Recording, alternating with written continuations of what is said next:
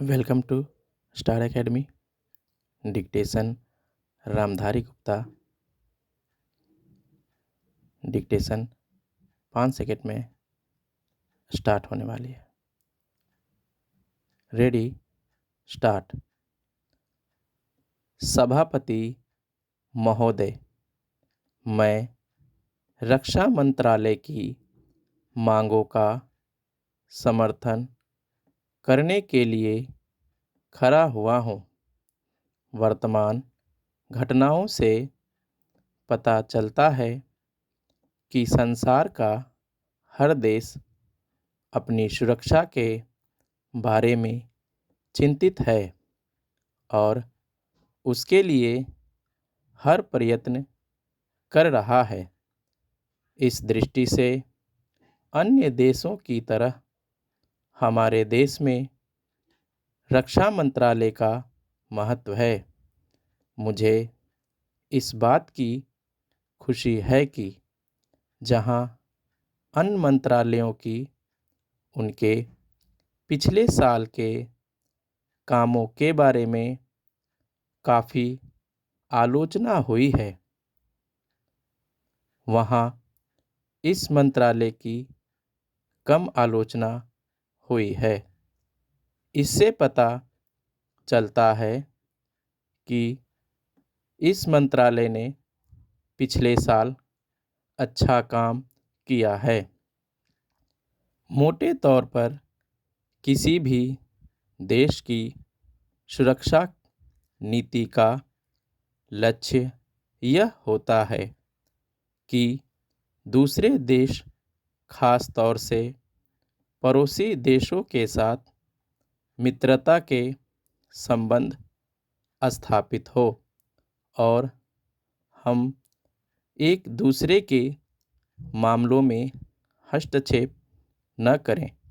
लेकिन उसके साथ यह भी जरूरी होता है कि हम अपने देश की सीमाओं और अखंडता की रक्षा करें। इसलिए हमारे देश का यह कर्तव्य हो जाता है कि हम अपने पड़ोसियों के कार्यों पर पूरी नज़र रखें, क्योंकि आज तक हमारे देश पर जो संकट आए वे हमारे पड़ोसियों से आए हैं।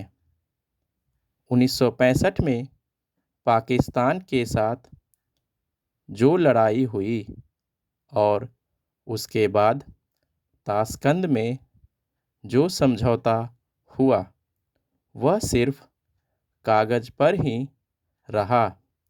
पाकिस्तान ने उस पर कोई अमल नहीं किया। इस दृष्टि से बहुत ज़रूरी है कि हम अपने देश की सुरक्षा की हर तरह से व्यवस्था करें। हमारा उद्देश्य दूसरों पर आक्रमण करना नहीं है, लेकिन यदि हम पर कोई आक्रमण करे तो हम में इतनी शक्ति अवश्य होनी चाहिए कि हम उसका डटकर सामना कर सकें। आप जानते हैं कि पिछले दिनों पाकिस्तान को अमेरिका और चीन से काफ़ी मदद मिली है। रक्षा मंत्रालय की रिपोर्ट में भी कहा गया है कि पिछले साल अमेरिका ने पाकिस्तान को 1500 करोड़ रुपए की फौजी सहायता दी है।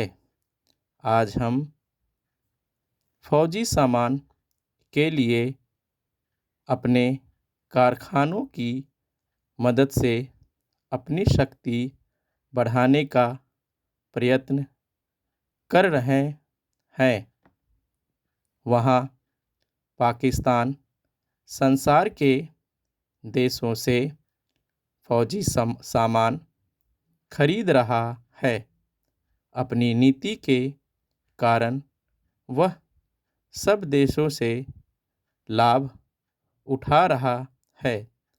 मेरा सुझाव है कि हमको भी अपनी शक्ति बढ़ाने के लिए संसार के अन्य देशों से अधिक फौजी सामान खरीदना चाहिए। आज तिब्बत की सीमा पर चीन की 1.5 लाख फौज खड़ी है। स्टॉप।